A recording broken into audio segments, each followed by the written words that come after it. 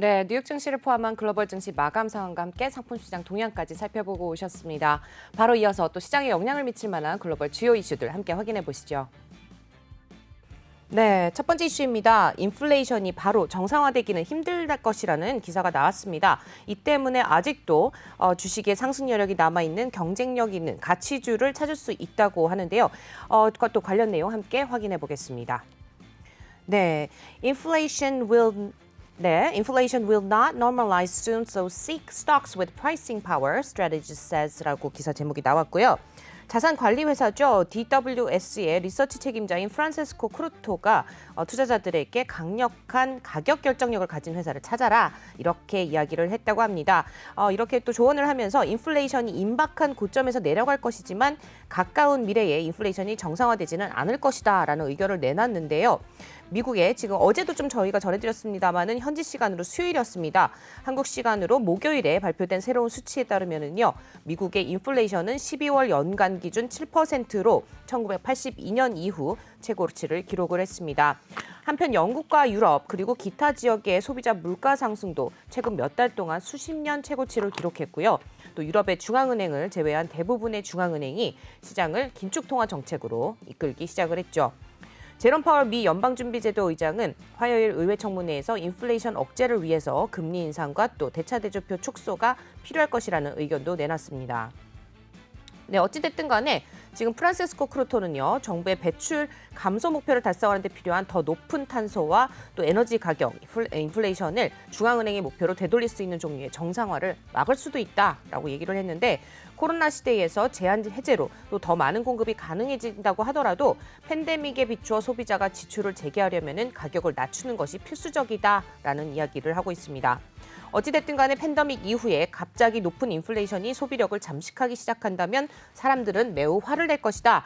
이는 지속 가능성 관점에서 명백한 리스크가 된다라는 이야기를 했습니다. 지난 1년 동안에 어디다 투자를 해야 되나 봤더니 지난 1년 동안 투자 내러티브의 대부분은 애플과 알파벳을 포함한 빅테크와 같은 고가치 성장주에서 가치주로의 순환매가 이루어졌습니다. 가치주라 함은 은행과 에너지와 같은 재무, 펀더멘털에 비해서 할인된 가격으로 거래되는 기업을 의미한다고 하는데요. 두 기업 모두 더 높은 금리에 대한 기대로 2021년에 좋은 성과를 보인 바가 있습니다. 그래서 어찌됐든 간에 지난주를 포함해서 다양한 빅테크주의 매도세가 계속 오래가지 않아서 가치와 성장 사이에 예상되는 반비례 관계에 의문을 제시했다라고 나와 있는데요.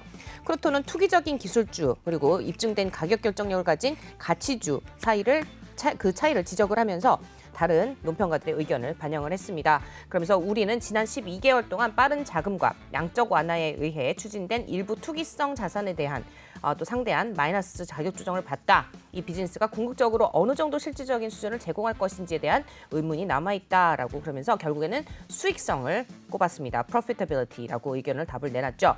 그러면서 투자자들이 시장에 이 부분에 대해서 신중하게 접근할 것이 옳을 것이다라는 의견을 내놨습니다. 보다 또 미묘한 접근을 해야 된다라는 의견을 좀 내놨고요. 기술주 중심의 나스닥 지수 2022년 1월 첫 주에 급격한 매도세를 겪었지만은 최근 세션에서는 가치로서의 성장 전환이 사라지는 것처럼 보이면서 반등하는 흐름을 보였다는 점까지 함께 짚어드리겠습니다. 네, 바로 이어서 두 번째 이슈도 함께 확인해 보시죠.